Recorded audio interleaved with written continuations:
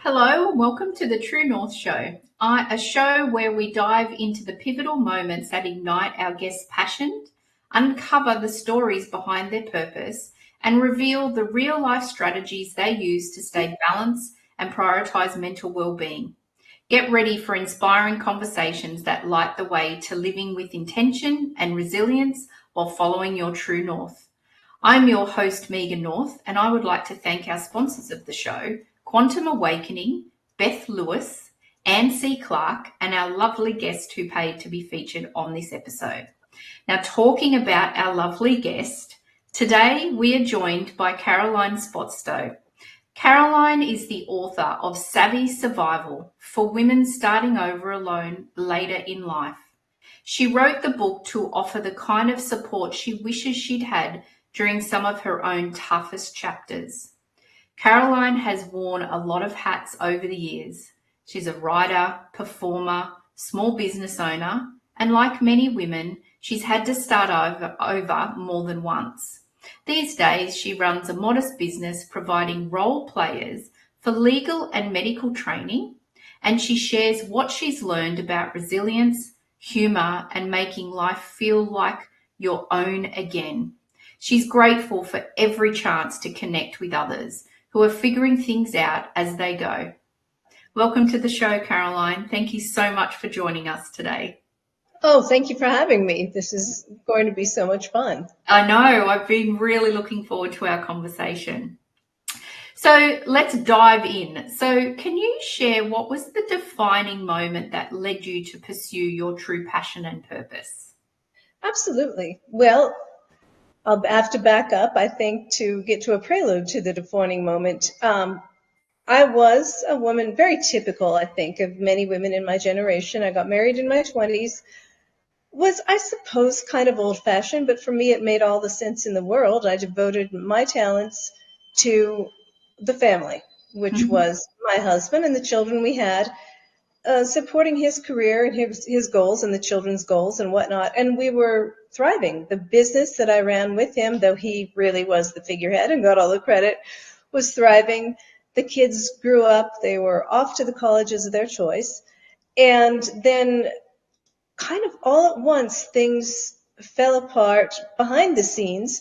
And by the time I was really aware of what was going on, it was a bit too late for me to do much about it. On the one hand, I had lost my father some years before, but in my early 50s, my mother became horribly ill, and I had a couple of brothers who got her power of attorney.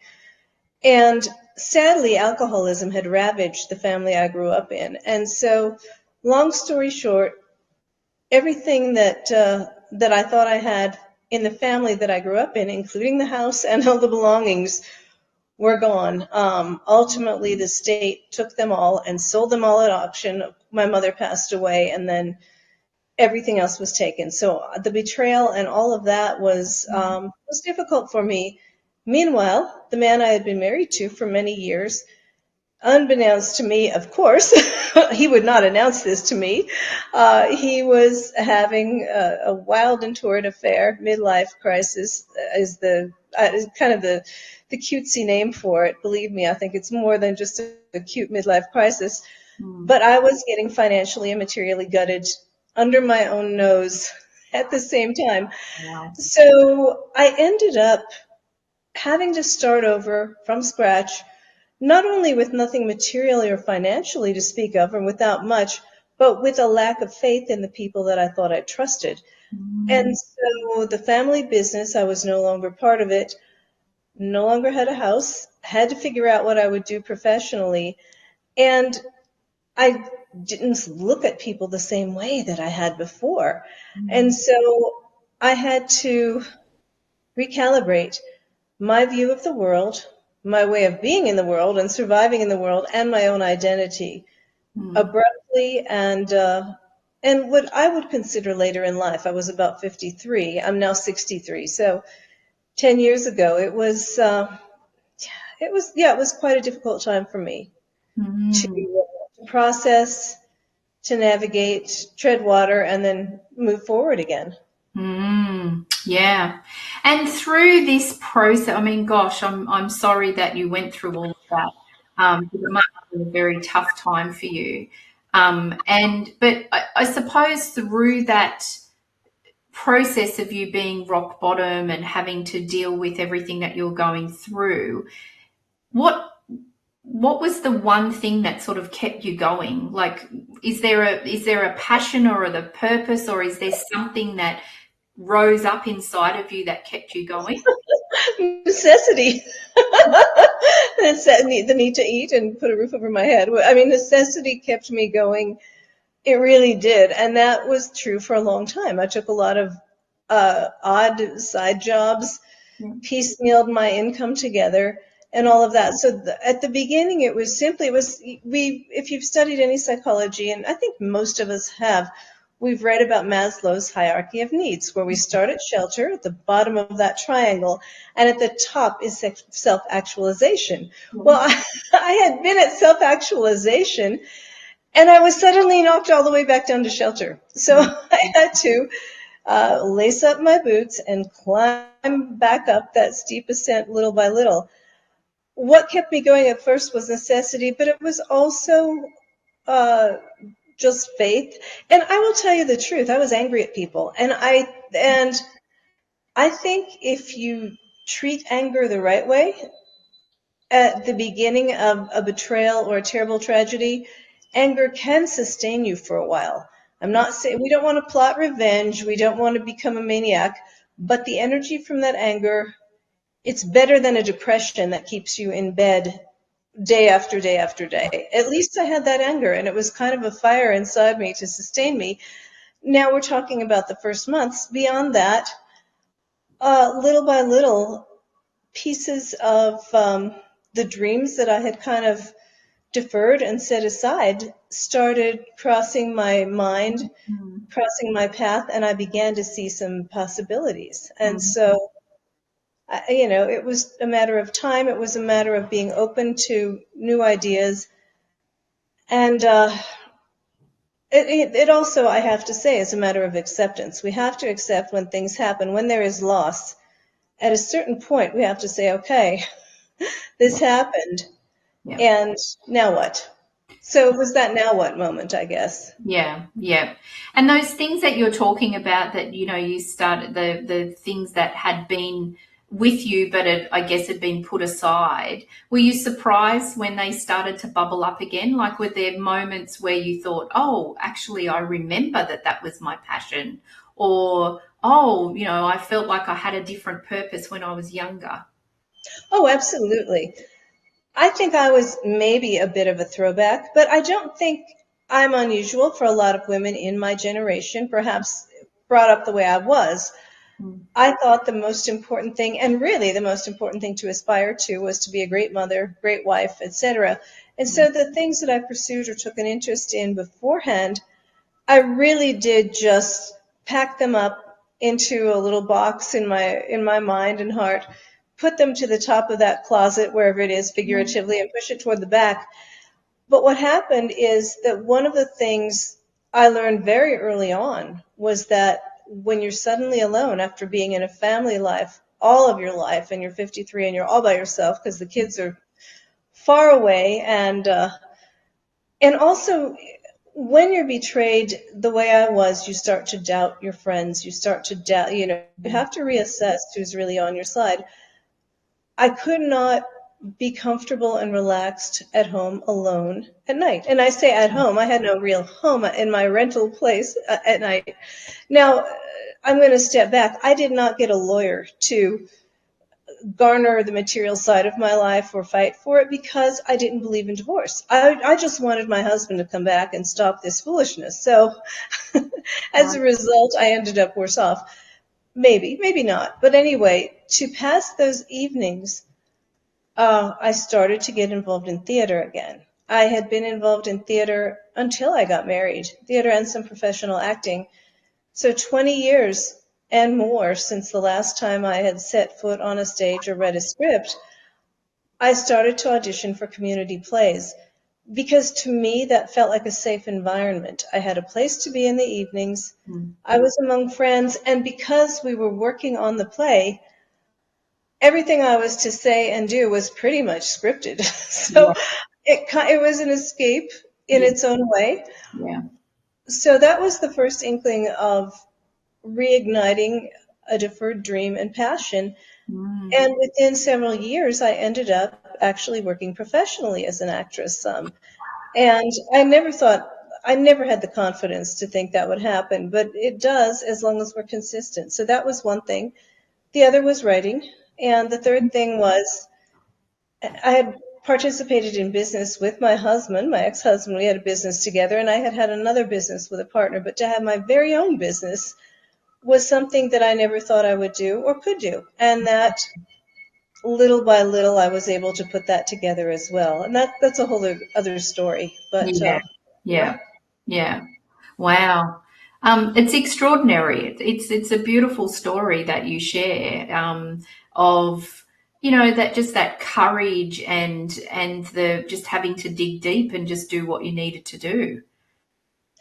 And it's interesting we do. And I don't know, I don't know if you could hear there was a whistle blowing behind us. Did you hear that? A little Let me bit. explain what that was in Yeah. case the viewers heard it too. One of the things I always had a fascination with was a more nomadic life where I would find a way to work remotely and travel. And I've been doing a lot of that. So I'm in Mexico City right now, and it's evening here.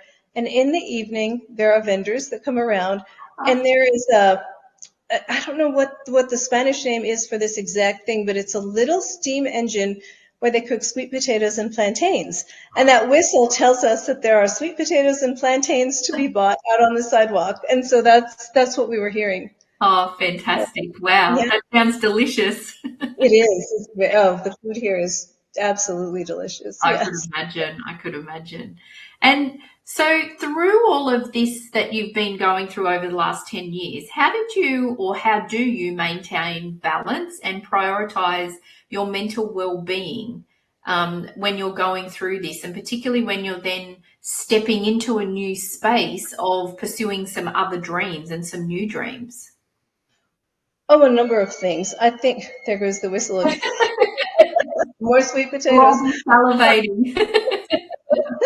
Well, one of the things is that what I've learned and what I hope if people watching gain one thing from watching this, remember whatever happens to you, it's not what happens, it's who is around you when it happens. What this really did was it separated the fake friends from the real friends, because when we go through struggles, some people will indulge in a lot of schadenfreude and they will almost, I don't know why, it's just human nature. But my true friends and my new friends became dear friends, which they are, and that gave me a sense of belonging and confidence.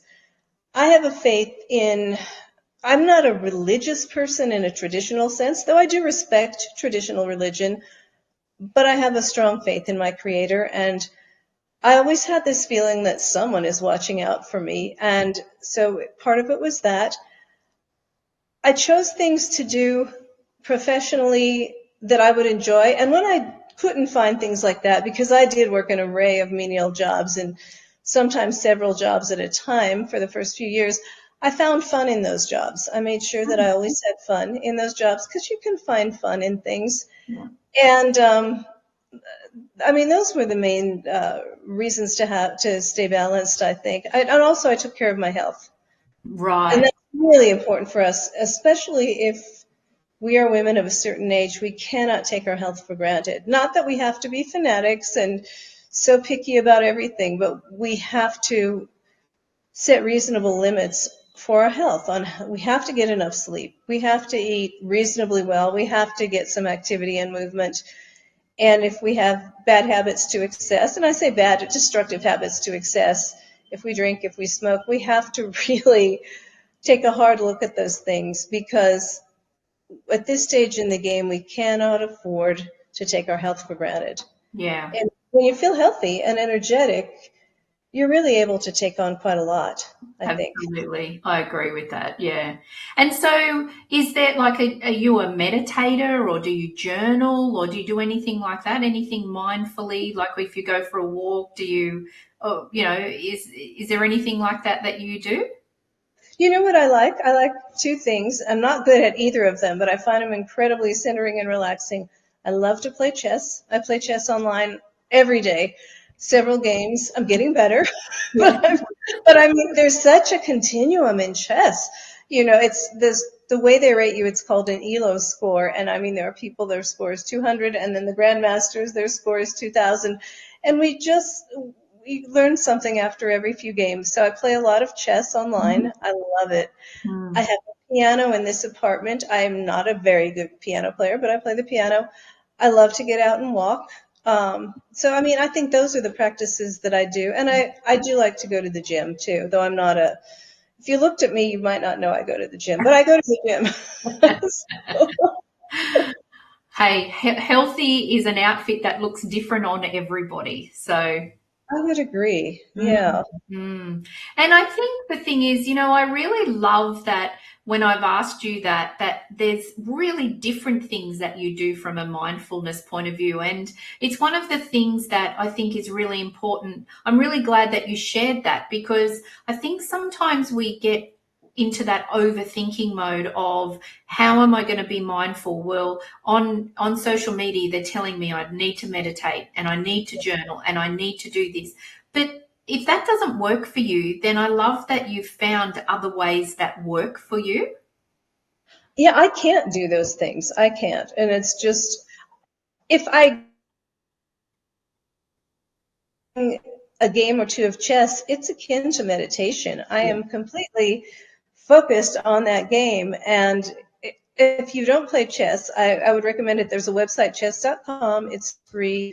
You can play games on there and get better and better. It's a fantastic game for mindfulness, I think. Yeah. Um, I'm moving to New York again on July 1st, and then I've enrolled in an art academy. So on Saturdays, I'll be in art school, which is something I've put my daughters through art school. Now it's my turn. So I will be drawing and painting on Saturdays, and I'm sure that will be a good mindfulness Yeah. exercise as well. Yeah, absolutely. And yeah, that's really good. I love that, because it is different for all of us. What works for you doesn't necessarily mean works for someone else. And I love that you've found what works for you. So yeah, thank you for sharing that. Sure. I don't know how people are about meditating. I need a little bit of activity myself. If I have to just sit completely still, I don't know, I don't find it pleasant. So I think that's why. I think the drawing will be great for me, piano, chess. It's just that little bit of hand and eye. But again, all of those things, I think the idea is to get us out of that monkey mind, that repetitive spin cycle of worry. Oh, and I've got a tip. If you are a worrier and you're watching this, let me give you a good tip. I Yeah. like that. So I have something I call Worry Wednesday. If I find myself worrying about something, I do have an envelope and I have little slips of paper. And I write my worries down, each on a slip of paper, if I'm getting into that spin cycle of worry, and I just put them in the envelope with the stipulation that I cannot open that envelope till the following Wednesday. Because if you use my Worry Wednesday method, I promise by the time the next Wednesday roll around, and you open that envelope, half of those worries will have taken care of themselves. Some of them you might not even remember that you were worried about, but by putting them in on slips of paper and putting them away, you don't feel irresponsible. You have put them somewhere. They're in there for safekeeping. They'll be there when you come back, but it releases them from your conscious mind. And I think that's good for us. I think that that's amazing. I love that. I think that's a great tip, because you've written it down, so it's out of your head, it's somewhere Right. else, and then you've parked it. So that then you go, okay, well, good. I don't need to think about that for the next Wednesday. So you almost just mentally switch off from it, because you're like, okay, I've left it over there. I'll come back to it. And then what you learn, once you've done that a few times, you learn that you worry. I don't say you. We as people tend to worry about a lot of things that will take care of themselves if we just put them in God's capable hands and leave them there. Yeah. We don't need to control everything, but we don't like to relinquish control of everything. So if we just say, okay, I'll deal with it Wednesday, a week from Wednesday, Yeah. Yeah. it teaches us something, I I think, about love that. I think that's fantastic. Thank you. I'm going to do that. I love it's it. free. It's worth a try. It'll Yeah, work. definitely. Yeah. All right. Well, look, there's lots of other things that I want to explore, but what we might do is just take a moment just to hear from our sponsors. So we'll be back in about 2 minutes. So thank you, and we'll be back soon. Thanks, Caroline. Sure.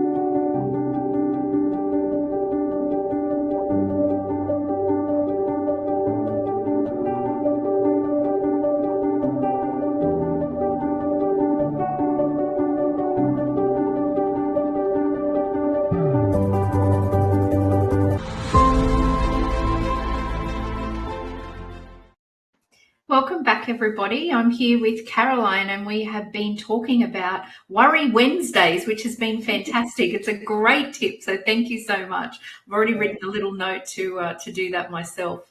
So, over the last 10 years since you've had to start over, I suppose, has your path to pursuing your passions and your purposes evolved over those 10 years? It has. I mean, just so remarkably. And one of the things, I have one of the premises in my book, and I'm saying it now because I believe it so wholeheartedly, is that you cannot build a new life in the framework of the past. And I didn't understand that when I was freshly out of that marriage that first year, I didn't understand that I needed a new framework for a new life. And so I went out. I wasn't destitute to the point where I had no money at all. I had very little, but I rented a house. Mm. I cooked meals. I decorated the house for the holidays. You would think I had a whole family there. It was just me. And it was the most expensive, wasteful, depressing thing I could have possibly done with myself. But it was the only way I could envision life. Mm. And it wasn't until I learned the hard, expensive way, and depressing way, that if I wanted a new life, I needed to just bust down that framework completely, and then we'll build another one. So I sold most everything. I met at a coffee shop one morning this other divorced woman my age. Her name is Sylvia. We became fast friends. In fact, it's a funny story how we met. I was in line to order my cup of coffee, and I heard someone say, "Caroline, Caroline." And I turned around and looked, and there was a lady my age with a little girl and another little boy. And I said, "Are you talking to me?" And it turned out that no, it was her granddaughter talking to her American Girl doll, whose name was also Caroline. But that sparked a conversation, so we ate breakfast together in the coffee shop. And Sylvia and I became good friends. And then I learned was going through a divorce, around the same time that I had. And so we ended up renting a 2-bedroom condo together that second year that I was out of my marriage. And it was a riot. It was like, we're very different. It was like the old show, The Odd Couple. Well, I won't say who was Felix and who was Oscar, but one was Felix and one of us was Oscar. But we had a blast, and we met each other's friends. We had parties, and it was just such a great, it was like, I don't know, Laverne and Shirley meets the Golden Girls or something. I don't know what it was, but it was a fun year. And then she eventually remarried, and I bought a really dilapidated condo that I restored and started my business. And then, one thing led to another. But the main takeaway for anyone who's starting over, if you want a new life, I think it's best, or you'll get better results if you don't try to start the new life in the past framework, because all that you'll have is an imitation of the old life that's pale, lackluster, doesn't fit the way it used to. But if you start a new life with no expectations in a brand new framework, you learn that you can have more freedom and just kind of become more adaptable. And That's superpower. Sorry. yeah, that's good. Yeah, absolutely. When you're talking about the old framework, is that sort of is that a reference to like the old way that you used to think and the old structure of where you were in your past life? Oh, absolutely, because I had really dreamed of and attained that Frank Capra movie, Hallmark movie ideal of the really lovely suburban house Yeah. with the nice furniture and the nice china and the handsome husband, and the cute children and the picket fence and the dogs and this, that, and the other. And I did like that life. I did, and I would still be there had my had circumstances been different. Yeah. However, when the betrayal comes in, the financial reversal to the extreme comes in, the kids are grown up, to try and put myself in a smaller version of that picket fence Hallmark house and try to live the same way, or heaven forbid, run out and find the next husband. Yeah. The whole thing would have been a disaster. And so I had to just say, okay, that I enjoyed those chapters of my life, but guess what? What I do next can't be the same. So let's not try to make it the same whatsoever. Let's make Yeah. it different. Yeah.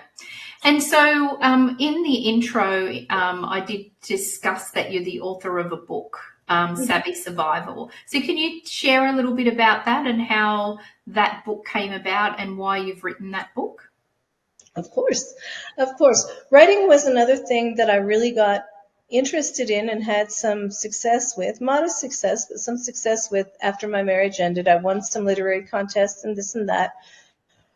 But when I was in my lowest moments, feeling quite alone and bewildered, I tend to love books. I tend to be a reader. I looked high and low for the book that would help me navigate and rediscover myself and forge a new path. I couldn't find such a book. I found these celebrity divorce memoirs where they were left with millions of dollars, and I found these aggressive divorce manuals written by lawyers that would tell you about how to wring out the last dollar and keep the house. Well, that's not me. I found books about your growing children. My children were grown and gone. I couldn't find any books that I thought made any sense for me. And I did find some books too that were so determined to make any woman in my situation view herself as a victim. And I don't think there's anything great about doing that. There may be some veracity to it, but it certainly won't come to any constructive end. Yeah. So I put that all aside, but then 5 years into rebuilding my life, I was in an airport heading to New York City to visit. At that time, both my daughters lived in New York City. Now one has moved to LA, but I was in an airport ready to get on the plane and waiting. And as I sometimes do, I think many of us do, when we're waiting for an airplane in those chairs, we scroll our phone. So I was scrolling the Facebook feed, And a meme came up that said, if there is a book you want to read, but it hasn't been written, then you must write it. And that was a quote by Toni Morrison. And that meme just it smacked me right between the eyes. And then minutes later, by magic, I was bumped up to first class, which was coincidental, but in my mind, it felt like an omen. So when we got to cruising altitude, I ordered a cup of coffee, took out my laptop, and I started writing. And because life is busy, because writing a book is, it can be a lot of work.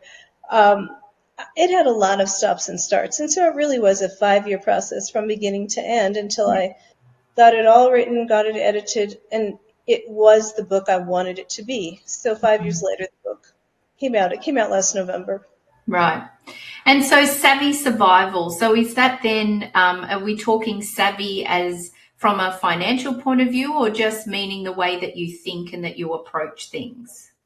It's an approach. There is some information about, of course, about finances, though I'm not a financial expert, but one of the first things, if we're going to mention money, one of the first things that I do advise any woman starting over on her own, or I suppose any man too, is get it through your head that you are now a one-income entity or maybe a low-income entity. You are not going to have the same lifestyle.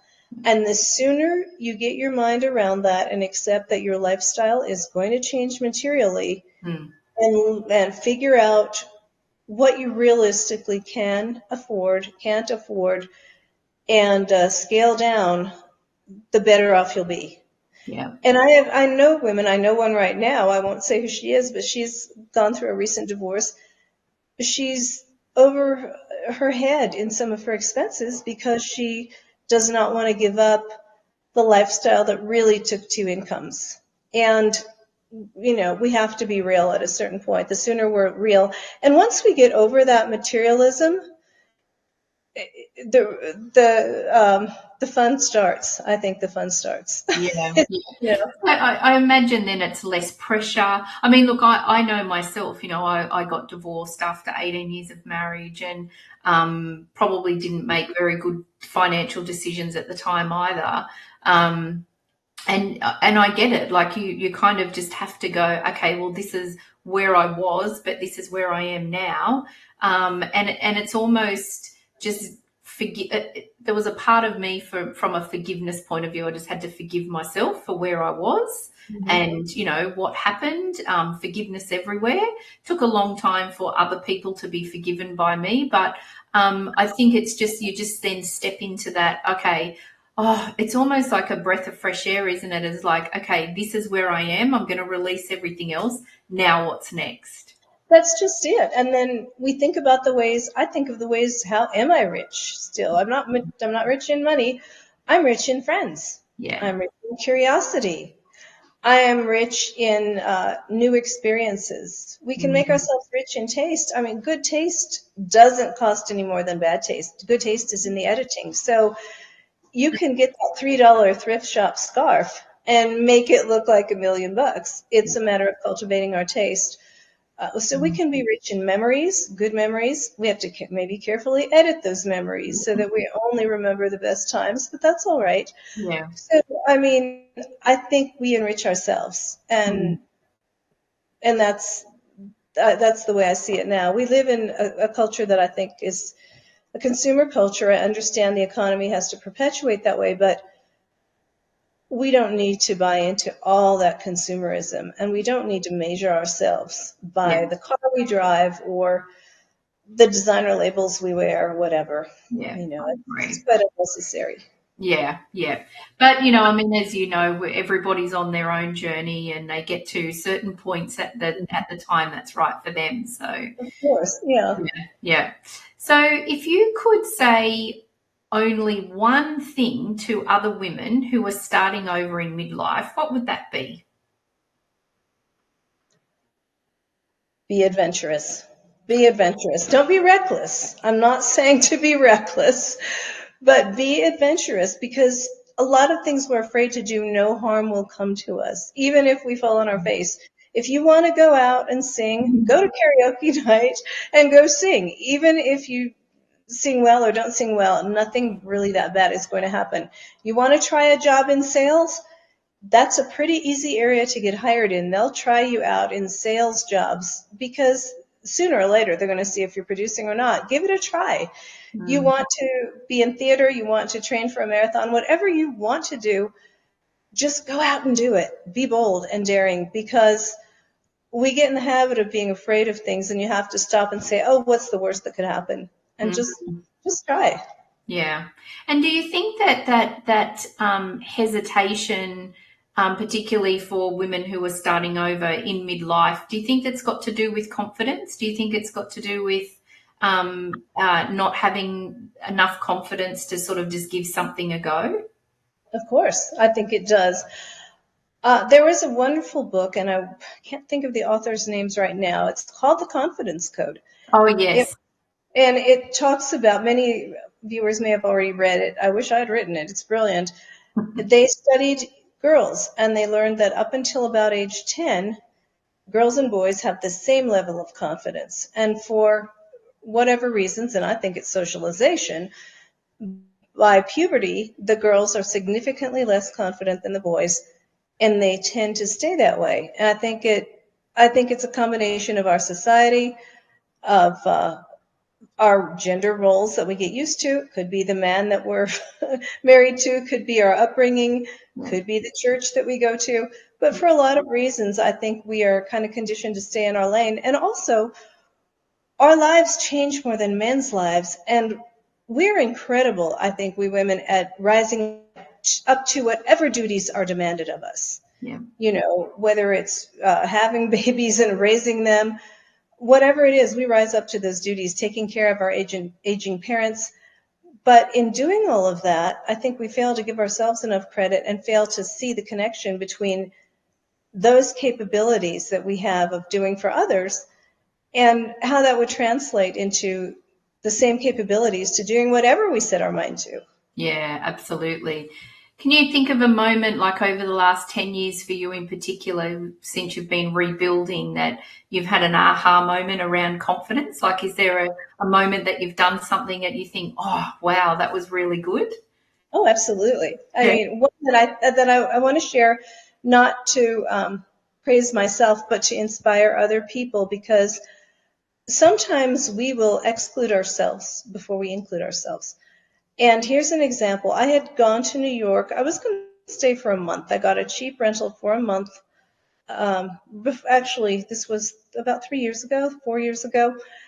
And because I did some acting, I was reading audition notices, and there was an audition for a play at the Orbach Center on 50th and Broadway. I had always watched things on TV that showed the room with the New York audition, and I thought, oh, wouldn't it be neat to just be in that room? And I was reading the casting notice, and it was a courtroom drama, and both of the expert witnesses that they were casting were males. And I don't know where I got the idea, but I thought, what do I have to lose? So I found a way to get a hold of the people producing the play, and I said, my name is Caroline Sposto. I'm an actress. I'm here in New York. I made myself sound like that was normal for me. It wasn't, but we have to say it, I portrayed it that way. And I noticed in your casting that both of the expert witnesses happen to be men. Have you ever considered that it might be more contemporary to put a woman in one of those roles? And they said, no, we hadn't thought about that, but come on down and read. And so I showed up, and, my first week in New York, at age, what was I, 55, 56, Wow. went in, read for the role, and was cast. And so I had a stage contract in New York at the Orbach on 50th and Broadway for 6 months. Why? Because I just had I don't even, if you want to call it nerve, I had the initiative. And a little bit of fearlessness. If I would have called them and they would have said, no, go away, lady, and hung up, I would have left it at that. We don't force ourselves on people.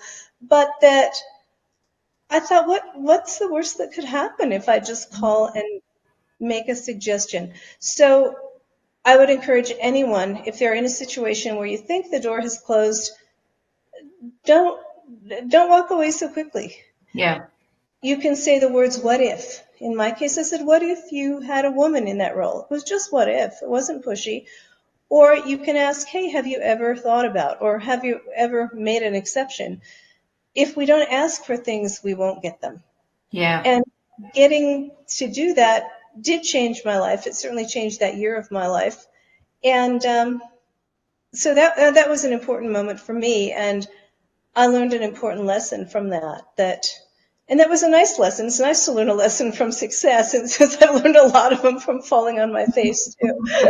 But that was a fun lesson to learn that, Yeah, absolutely. go ask for things. Why not? Yeah.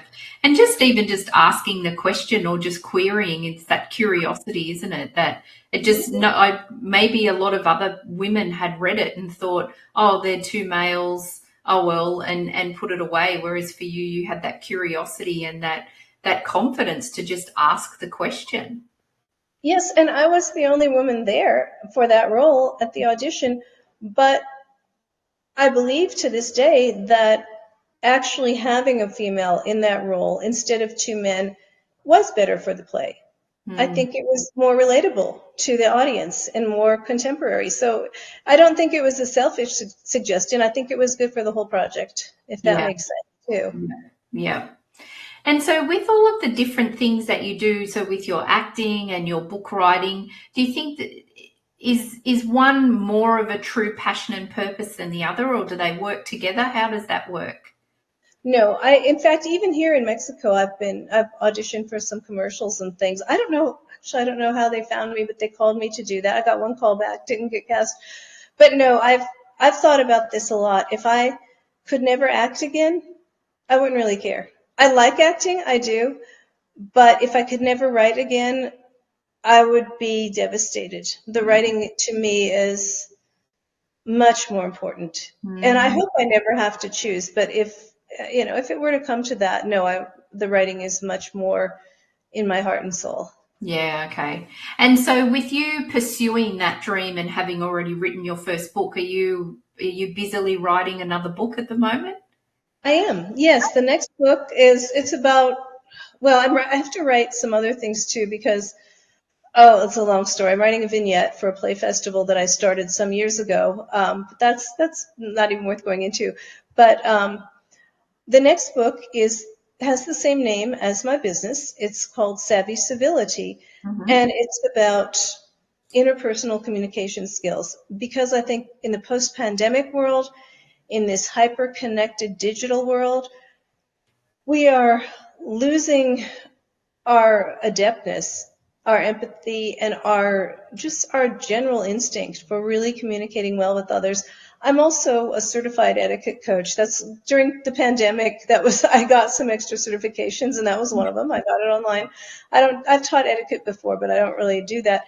And this is kind of an etiquette book, as my etiquette teaching was kind of an anti-etiquette thing. I don't believe in party manners and white gloves. I believe that in standing on formality, you know the rules. I don't believe in breaking the rules in a bad way, but the most important thing is the other person. And I have met people who are so fixated on etiquette that they're almost scrutinizing other people, hoping they'll make a mistake. And that's not what it's for. I think it's good to have some convention to stand on. That way we know how we're supposed to interact in certain situations. But this book is more about making people feel comfortable, making people feel supported, trusted, really listening to people, sometimes listening to what they're not telling you, and handling people and handling yourself well. So the book it's kind of part philosophical in the world, according to me, related a lot to my business that I run. My business is also Savvy Civility, where I send actors out to teach medical students bedside manner. And I've got schools throughout the country and pools of actors near these schools. And so that's, and I worked as a medical actor myself for 5 years as one of my many side gigs. And so I learned a lot in that. So part of the book is about that. The other part have some do's and don'ts for us too, but in a humorous way. It's kind of an alphabet A to Z section. And it's designed to be a light read. It's not designed to be, I'm not Emily Post. It's not, or Amy Vanderbilt. It's not going to be that. Yeah, yeah, I love that. I love that. And it's interesting when you were talking about, the COVID pandemic and how we seem to have lost that real connection. I think one of the things that I've learned, particularly, hosting this show and the other show that I used to host, was my curiosity. Like I start to prompt and ask different questions now of people because I'm really curious about them. And I find my conversations with people are so different because I'm practicing curiosity a lot. You could write a book about that, Oh, about how yeah, to be an engaging conversationalist yeah, by yeah. way of curiosity. Yeah. I just think that when you're curious, I don't know, I want to learn more and more about people and who they are and why they do what they do. And I just find that curiosity helps with my connection with people. I agree with you because I'm talking to you and I have been, but I also know, and I think you do too, instinctively, that curiosity in itself has its own boundaries for the sake of savvy civility. There Mm. are things we don't ask. There are Hmm. things we don't articulate. There are things that because there's this thin line between curiosity and nosiness, and if we develop the right sensibility, we don't ask. We can ask this, but we don't ask that, or we can ask this question, but we can sense if the person is not wanting to elaborate further. We don't probe that question further. Mm. We don't force our curiosity on others. Yeah, yeah. I suppose your intuition kicks in a little bit, doesn't it? And as you said, it's not just words, it's also physical. Sometimes you might ask a question and you see the body language of how someone's reacting to that, and you think, oh, okay, maybe I'm not going to probe that because they're looking a little bit uncomfortable. I think so. And I think, too, some people, I think if we question, and all people are vulnerable in some areas, and if there's an obvious vulnerability or just an obvious thing that we know people will probably get reminded about a lot. I'm sorry, I think tall people don't need to be told how tall they are. you Yeah. know, they get told that enough. So we don't get into those things. There's certain things we just don't go into with people because they will really appreciate if they don't Yeah. have to hear that from us. Yeah. That's a really good example, actually. And so, in what ways do you believe that your personal story, and including your book, can inspire or impact others? I think if my book I think a lot of people can find my book worthwhile. I've had some men buy it and read it and say, well, I don't know why this is for women. I like it too. And I thought, well, because I Right. talked about a lot of things that I thought were more for women. Yeah. I think the book can inspire women to believe in themselves. I know it can. And have to do a lot of self-reflection. Our society is so they spew out this mantra, reinvent yourself, reinvent yourself, reinvent yourself. And I say, no, I'm sorry. We're not obsolete software. We're not a computer, we're not a broken down car. No, we have so much within us, especially by the time we're in midlife. We do not need to reinvent a thing. We've got a lot to offer, but I think what we do need to do is rediscover ourselves. So Mm. I believe we need to look inward and find the areas of magic within ourselves that have kind of gone dormant. For me, it was acting. For me, it was creative writing. Those areas had gone dormant. And also that feeling of independence, that ability to go travel and do things by myself, that had gone dormant too. Yeah. So I'm all about rediscovering ourselves. And I know that my book can help other women go from feeling a bit lost, feeling like I don't know, you're kind of looking at a big open field with no path and you're all by yourself, to saying, oh, you know what, I'm going to forge a path. And Mm. once I forge that path, not only will I get somewhere, but the people coming after me will have a path. And that's what I think anything I did, any woman can do. Yeah. Yeah. I love that. I think that's really special. That's really, really, really, yeah. It's a really good point to make, I think. Yeah, we don't need to completely reinvent ourselves because we are who we are. We are, and I think too, so much of that, there's too much emphasis. I think we should try to look nice. I agree with it, but there is so much evidence or so much emphasis on this external makeover business Yeah. too. And um, by the time we get to midlife, yes, let's look in the mirror and figure it out. Yes, let's take care of our health, but I don't know that we will be any happier Yeah. if we go get an extreme makeover, Yeah. especially if we're kind of a low maintenance woman and we get put on some high maintenance regime. Let's forget about that. Let's concentrate on the other qualities we Yeah. have. And the You know, inner within us as well. Absolutely. Yeah. exactly. Yeah. Yeah. So can you believe that we only have a couple of minutes left? But I So I'm going to ask you the same question that I ask all of my guests before we finish our conversation. So what is one lesson or truth that you've learned on your journey that you wish you had known earlier? to trust my instincts. Mm. I think we tend to overthink and over intellectualize, but our instincts come from our subconscious mind that is picking up on a lot of information that our conscious mind can't process. Mm. And so once we learn to respect and trust our instincts and our intuition, and I do believe women may be a lot more intuitive than men, but once we trust the instincts and intuition, I think we'll save ourselves a lot of wasted time. We'll say yes to more things that are productive, and we'll say no to more things that are counterproductive. Mm. Yeah, I love that. I love that. I think that those that saying no to things that don't work for us, I think particularly as we get older, I know that I'm a lot more savvy when it comes to saying no these days, where I wish that when I was younger I was a bit more savvy with my no's. But yeah, I love that. I think that that's a really, really beautiful piece of advice. Yeah. Yeah.